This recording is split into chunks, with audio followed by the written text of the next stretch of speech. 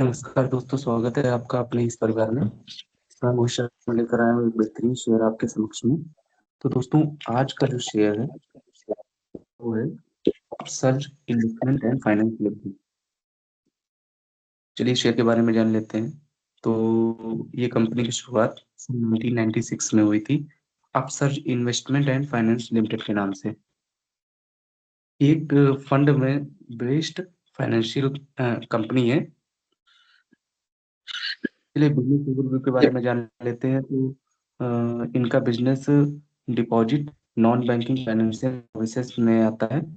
और जैसे हो गया कैपिटल ग्रोइंग, मैनेजर सर्विसेज, और इनिशियल पब्लिक ऑफरिंग, और स्मॉल और मिड साइज इंटरप्राइज में आता है।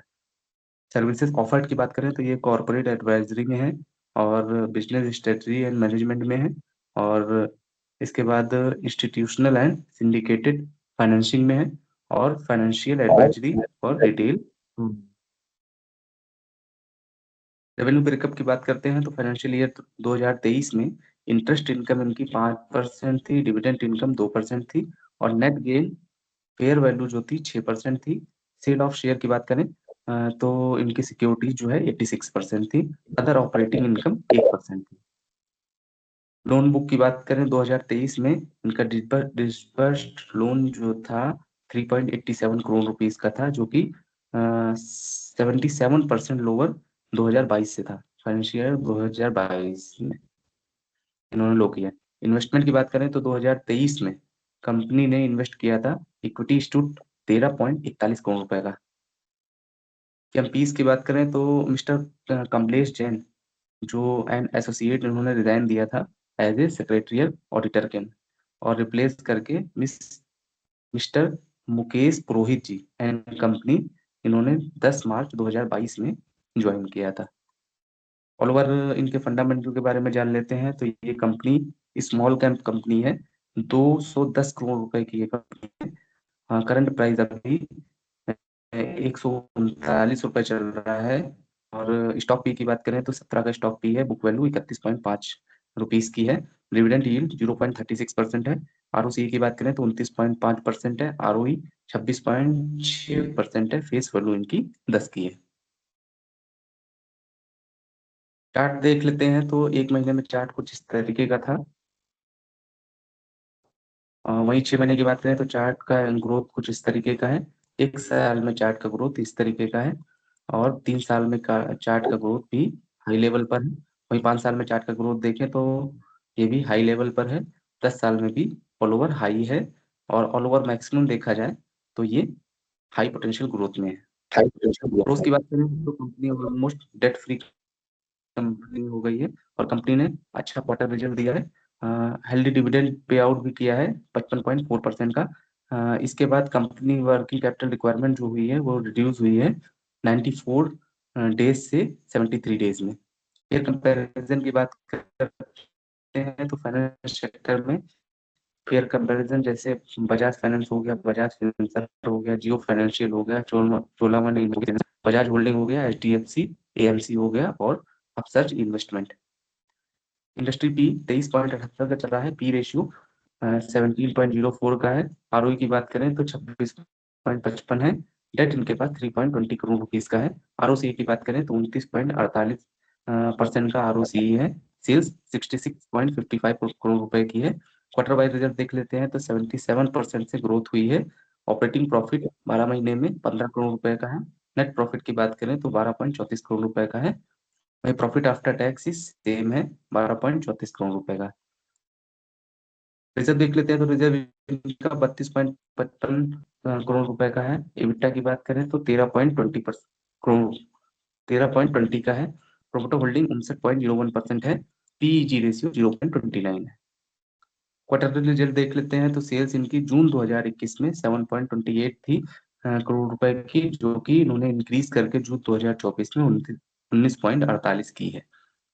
ऑल ओवर प्रॉफिट लॉस देख लेते हैं तो मार्च 2013 में सेल्स 20 करोड़ रुपए की थी, जो कि टिल मार्च 2024 में 58 करोड़ रुपए की हो गई है, और टिल 67 करोड़ रुपए की इनकी सेल्स है।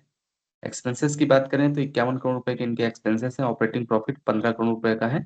नेट प्रॉफिट की बात करें तो 12 करोड़ रुपए का इनका नेट प्रॉफिट है। Compounded sales growth all over, compounded sales growth की बात करें तो 10 साल में इन्होंने 20% की सेल्स ग्रोथ दी है। कंपाउंडेड प्रॉफिट ग्रोथ की बात करें तो 10 साल में 60% कंपाउंडेड प्रॉफिट ग्रोथ दी है। स्टॉक प्राइस सीएजीआर की बात करें तो 10 साल में 15% का स्टॉक प्राइस सीएजीआर है। रिटर्न ऑन इक्विटी 10 साल में 12% की है। बैलेंस शीट देख लेते हैं तो रिजर्व इनका मार्च 2013 में 6 करोड़ रुपए का था। इसके बाद ऑल ओवर मार्च 2015 में भी 6 करोड़ रुपए का ये सेम एज पैरेलल था, 16 में भी 6 करोड़ रुपए का था। इसके बाद 2019 में 9 करोड़ रुपए का हुआ, और मार्च 2021 में 14 करोड़ रुपए का हुआ, और मार्च 2023 में 22 करोड़ रुपए का हुआ, और टिल मार्च 2024 में 33 करोड़ रुपए का हो गया है। तो ऑल ओवर रिजर्व इनका इंक्रीज हो रहा है, तो ये अच्छा पॉजिटिव पॉइंट है। टोटल एसिड की बात करें तो उससे पहले लाइबिलिटीज देख लेते हैं। तो मार्च 2013 में 21 करोड़ रुपए की लाइबिलिटीज थी, जो कि मार्च 2024 में 52 करोड़ रुपए की लाइबिलिटीज हो गई है। और टोटल एसिड की बात करें तो 21 करोड़ रुपए के टोटल एसिड थे 2013 में। मार्च 2024 में 52 करोड़ रुपए के एसिड हो गए। कैश फ्लो की बात करें तो cash flow, net cash flow इनका मार्च 2013 में -2 का था, जो कि मार्च 2024 में -1 का है। ऑल ओवर रेशियो की बात करें तो डेप्टर डेज इनके मार्च 2013 में एक दिन के थे, जो कि इन्होंने मार्च 2024 में नील कर दिए हैं। तो मेरे हिसाब से बहुत ही बेस्ट कंपनी है। तो क्योंकि डेप्टर डेज इनके पास 0 है, और अगर इनके डेज पेबल की बात करें तो 12 दिन का था, और कन्वर्ट साइकिल की बात करें तो मार्च 2013 में था, और मार्च 2024 में 100 का था। ऑल ओवर आरओसी देख लेते हैं तो मार्च 2013 में -0 था, जो कि मार्च 2024 में 29% का हो गया है। तो ये भी एक पॉजिटिव सिग्निफिकेंट है। शेयर होल्डिंग पैटर्न देख लेते हैं तो शेयर होल्डिंग पैटर्न में प्रोमोटर होल्डिंग इनकी सितंबर 2021 में 49.86% की थी, जो कि इन्होंने इंक्रीज करके जून 2024 में 59.01% कर ली है। तो ये भी एक पॉजिटिव पॉइंट है। डीआईएस की बात करें तो डीआईएस की स्टेक होल्डिंग 0.1% पैरेलली मेंटेन हो रखी है। पब्लिक होल्डिंग की बात करें तो पब्लिक होल्डिंग 40.98% की है। तो ऑल ओवर शेयर के बारे में पूरी जानकारी मैंने आपको दे ही दी है। और अगर ऑल ओवर हम इनके रेटिंग की बात करें तो मैं इनको रेट दूंगा 10 में से 8.5 की रेटिंग दूंगा, क्योंकि शेयर बहुत ही बेटर है, बेस्ट है, और ये फाइनेंस सेक्टर की कंपनी है। तो मेरे हिसाब से शेयर बहुत ही बेहतरीन है।